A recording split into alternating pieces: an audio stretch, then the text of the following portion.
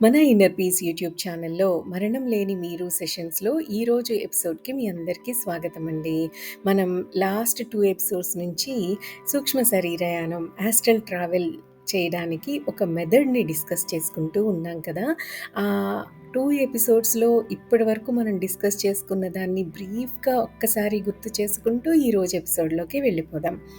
మనం ఒక రూమ్లో లైట్స్ ఆఫ్ చేసుకొని బెడ్ మీద హాయిగా పడుకొని రిలాక్స్ అవ్వాలి. మన ఫిజికల్ బాడీకి ఎటువంటి ఇబ్బంది లేకుండా చక్కగా ఏ ప్రాబ్లం రాకుండా ఉండేటట్టు జాగ్రత్తలు తీసుకోవాలి. తర్వాత మన యాస్ట్రల్ బాడీ మన ఫిజికల్ బాడీ నుంచి బయటకు వస్తున్నట్టుగా ఊహించుకుంటూ ధ్యాన స్థితిలోకి వెళ్ళాలి. ఆ తర్వాత మన యాస్ట్రల్ బాడీ మన ఫిజికల్ బాడీలో నుంచి బయటికి వచ్చి మన ఫిజికల్ బాడీకి ప్యారలల్గా డోలాయమానంగా తేలుతూ అటు ఇటు ఊగుతూ ఉంటుంది. మన ఫిజికల్ బాడీని అలా కాసేపు చూసి తర్వాత నెమ్మదిగా యాస్ట్రల్ బాడీ మన ఫిజికల్ బాడీ కాళ్ళ మీద నెమ్మదిగా నుంచుంటుంది. ఆ తరువాత మనం చేయాల్సిందేంటి, ఎక్కడికి వెళ్ళాలి, ఎవరిని కలవాలి, ఎలా వెళ్ళాలి అన్నది డిసైడ్ చేసుకోవాలి. అది డిసైడ్ చేసుకున్న తర్వాత మనం ఫిజికల్ బాడీతో ఆ వ్యక్తిని కలవడానికి మనం ఎలా అయితే వెళ్తామో అదే మార్గాన్ని ఫాలో అవుతూ యాస్ట్రల్ బాడీ కూడా ఆ వ్యక్తి దగ్గరికి కొద్ది క్షణాల్లో చేరుకుంటుంది చాలా ఫాస్ట్‌గా. అయితే ఈ యాస్ట్రల్ ట్రావెల్ చేయడానికి మనకి భయం అనేది అస్సలు ఉండకూడదు. ఈ యాస్ట్రల్ ట్రావెల్ చేయడం చాలా ఈజీ అన్న నమ్మకం ఉండాలి. అలాగే మళ్ళా తిరిగి రామేమో అన్న భయం అస్సలు అవసరం లేదు. ఎందుకు అంటే ఈ 2 బాడీస్‌ని కనెక్ట్ చేసే సిల్వర్ కార్డ్ అనేది ఎప్పటికీ విడిపోదు. అది కనెక్షన్‌లోనే ఉంటుంది. సూక్ష్మ శరీరంతో మనం ట్రావెల్ చేస్తూ ఉన్నప్పుడు పూర్తి చైతన్యంతో ఉన్న మనకు ఈ లోకంలో ఉన్న రంగులన్నీ ఎంతో అందంగా, ఎంతో కాంతివంతంగా కనిపిస్తాయి. ఈ యాస్ట్రల్ ట్రావెల్ చేయడానికి ఉన్న ఒకే ఒక్క ఇబ్బంది ఏమిటి అంటే, మనం మనతో పాటు ఏ వస్తువును పట్టుకెళ్ళలేము. ఏ వస్తువును ఎక్కడ నుంచి పట్టుకొని రాలేము. నిజానికి కొన్ని ప్రత్యేక పరిస్థితుల్లో ఇది సాధ్యమే అంటారు రాంప. గొప్ప సాధనతో ఈ శక్తిని కూడా సిద్ధింప చేసుకోవచ్చట. యోగ విద్యను సాధించిన భవిష్యవాణి సిద్ధులను పొందిన వారి ముందు మనం సాక్షాత్కరింపగలుగుతామట. కానీ ఏ రోగి ముందు సాక్షాత్కరించి అతని జబ్బులను గురించిన చర్చను మాత్రం మనం చేయగలగడం అంత ఈజీ కాదు అంటారు రాంప. ఎందుకు అంటే అలాంటి విద్యలను కూడా ముందుగా అధ్యయనం చేసి ఉండాలి కాబట్టి. ఓ షాపులోకి దూరి అక్కడ ఏ ఏ వస్తువులు ఉన్నాయో, రేపొద్దున షాప్కు వచ్చి ఏ ఏ వస్తువులను కొనుక్కోవచ్చో మనం ముందుగా డిసైడ్ అవ్వచ్చు. ఏ వస్తువులు ఎక్కడున్నాయో మనం ముందుగా చూసుకోవచ్చు. సో రేపు షాప్కి వచ్చినప్పుడు మన షాపింగ్ చాలా ఫాస్ట్‌గా అయిపోతుందనమాట. ఈ పని సర్వసమ్మతమే. అయితే సూక్ష్మదేహంతో మనం ఆ షాపులోని వస్తువులను పరిశీలిస్తున్నప్పుడు, ఆ వస్తువు నాణ్యతలోని లోపాలు మన కళ్ళకిట్టే కనపడతాయి. ఆ వస్తువుల ధరలు మాత్రం చుక్కల్లో ఉండవచ్చు. బహుశా మనం సూక్ష్మ శరీరంతో ఉంటున్నప్పుడు, మళ్ళీ మనం మన ఫిజికల్ బాడీలోకి తిరిగి చేరుకోవాలనుకున్నామనుకోండి, ఈ పరిస్థితిలో మనం పూర్తి ప్రశాంత తత్వంతో ఉండాలి. మన స్థూల శరీరం గురించి మనం ఆలోచించాలి. మన ఫిజికల్ బాడీని స్మరించి అందులోకి తిరిగి వెళ్ళాలి అని మనం సంకల్పించాలి.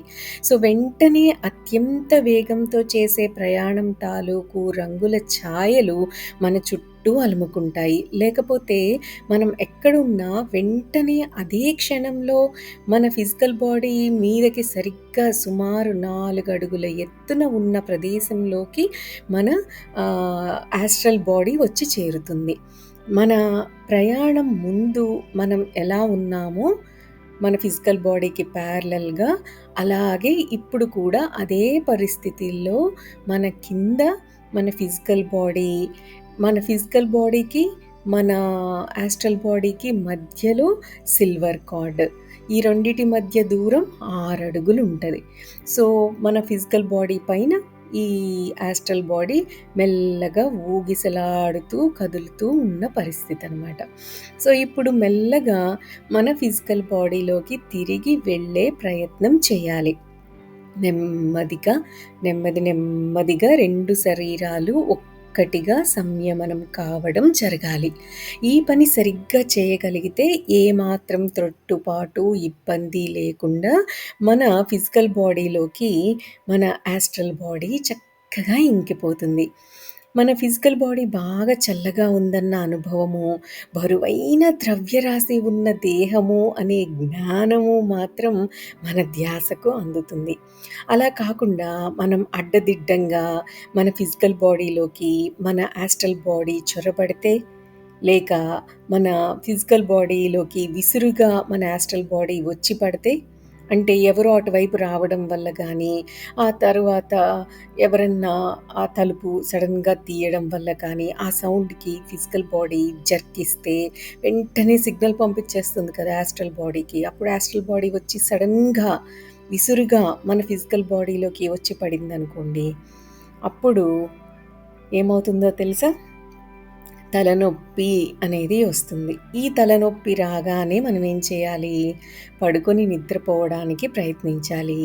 లేదా మళ్ళీ ఓసారి సూక్ష్మ శరీరంతో బయటికి వచ్చి, మళ్ళీ సరైన పద్ధతిలో మన ఫిజికల్ బాడీలోకి నెమ్మదిగా సర్దుకుంటూ దిగాలి. 2 శరీరాలు సరైన పద్ధతిలో కూడి ఉంటే తప్ప ఈ తలనొప్పిని తప్పించుకునే మరో పద్ధతి లేదు. కానీ ఇది వర్రీ కావాల్సిన విషయం ఏమాత్రం కాదు. క్షణంలో మళ్ళీ బయటికి వచ్చి సర్దుబాటు చేసుకొని స్వస్థత పొందవచ్చు. లేకపోతే సులభంగా అలాగే పడుకొని నిద్రపోతే హెడేక్ అనేది మనం లేచేటప్పటికి సెట్ అయిపోతుంది. మన ఫిజికల్ బాడీలోకి తిరిగి వచ్చిన తర్వాత ఈ శరీరం బిగువుగా ఉండడాన్ని కొన్నిసార్లు మనం గమనించవచ్చు. బాగా తడిసిపోయి బరువెక్కి ఉన్న డ్రెస్సును మనం మనం ధరించాల్సి వస్తే ఎలా ఉంటుందో, ఈ శరీర పరిస్థితి కూడా ఇంచుమించు అలాగే ఉంటుంది. కొంత సర్దుకొని ఉండగలిగేంత వరకు మళ్ళీ ఎందుకు ఈ దేహంలోకి తిరిగి వచ్చామా మనం అనే అనిపించవచ్చు. మనం యాస్ట్రల్ బాడీతో ఉన్నప్పుడు మనకు కనిపించే దివ్యమైన రంగులు ఈ ఫిజికల్ బాడీతో ఉన్నప్పుడు మసకగా, కాంతిహీనంగా కనిపిస్తాయి. అనేక కాంతి వర్ణాలు మన ఫిజికల్ బాడీ కళ్ళకు కనిపించవు. కానీ ఇలాంటి చిన్న చిన్న విషయాలను మనం అస్సలు పట్టించుకోవాల్సిన అవసరం లేదు. మనం ఈ భూమి మీదకి ఏ విద్యో, ఏ విషయమో నేర్చుకోవడానికి వచ్చాము. అవి మనం నేర్చుకోగానే ఈ ఐహిక బంధాలు మనకి తొలగిపోతాయి. మళ్ళీ మన స్వాతంత్రం మనకి తిరిగి వచ్చేస్తుంది. చివరిసారిగా మన శరీరాన్ని వదిలిపెట్టి భూమి మీద మన బంధాలన్నిటినీ సిల్వర్ కార్డ్‌తో సహా పూర్తిగా తెంపేసుకొని అద్భుతమైన ఆ సూక్ష్మ లోకాల కన్నా ఎన్నో రెట్లు గొప్పవైన ఉత్తమ పదానికి మనం హాయిగా చేరుకుంటాం. ఈ యాస్ట్రల్ బాడీ తో ఈ యాస్ట్రల్ ట్రావెల్ చేయడాన్ని, సూక్ష్మ శరీరయానాన్ని చేయడాన్ని ఇష్టముంటే, ఇంట్రెస్ట్ ఉంటే ప్రాక్టీస్ అయితే చేయండి. మళ్ళీ మళ్ళీ సాధన చేయండి. మళ్ళీ మళ్ళీ అభ్యసించండి. ఇంకా ఇంకా అభ్యసిస్తూనే ఉండండి. మన భయాలన్నిటిని మనం విసర్జించాలి. ఏ విషయానికి భయపడకూడదు. మనకు ఎప్పుడు ఎటువంటి ఆపద రాదు. మనకు మిగిలేదల్లా ఒక్కటే. ఏంటది? ఆనందమే ఆనందం. మరి ఈ సూక్ష్మ శరీరయానాన్ని ఎక్స్‌పీరియన్స్ చేయాలి అంటే, ఈ మెథడ్‌ని ఫాలో అయ్యి యాస్ట్రల్ ట్రావెల్‌ని సాధన చేయాల్సిందే. మరి చేస్తారు కదా! దట్స్ ఆల్ ఫర్ టుడే అండి. Have a great day. Thank you.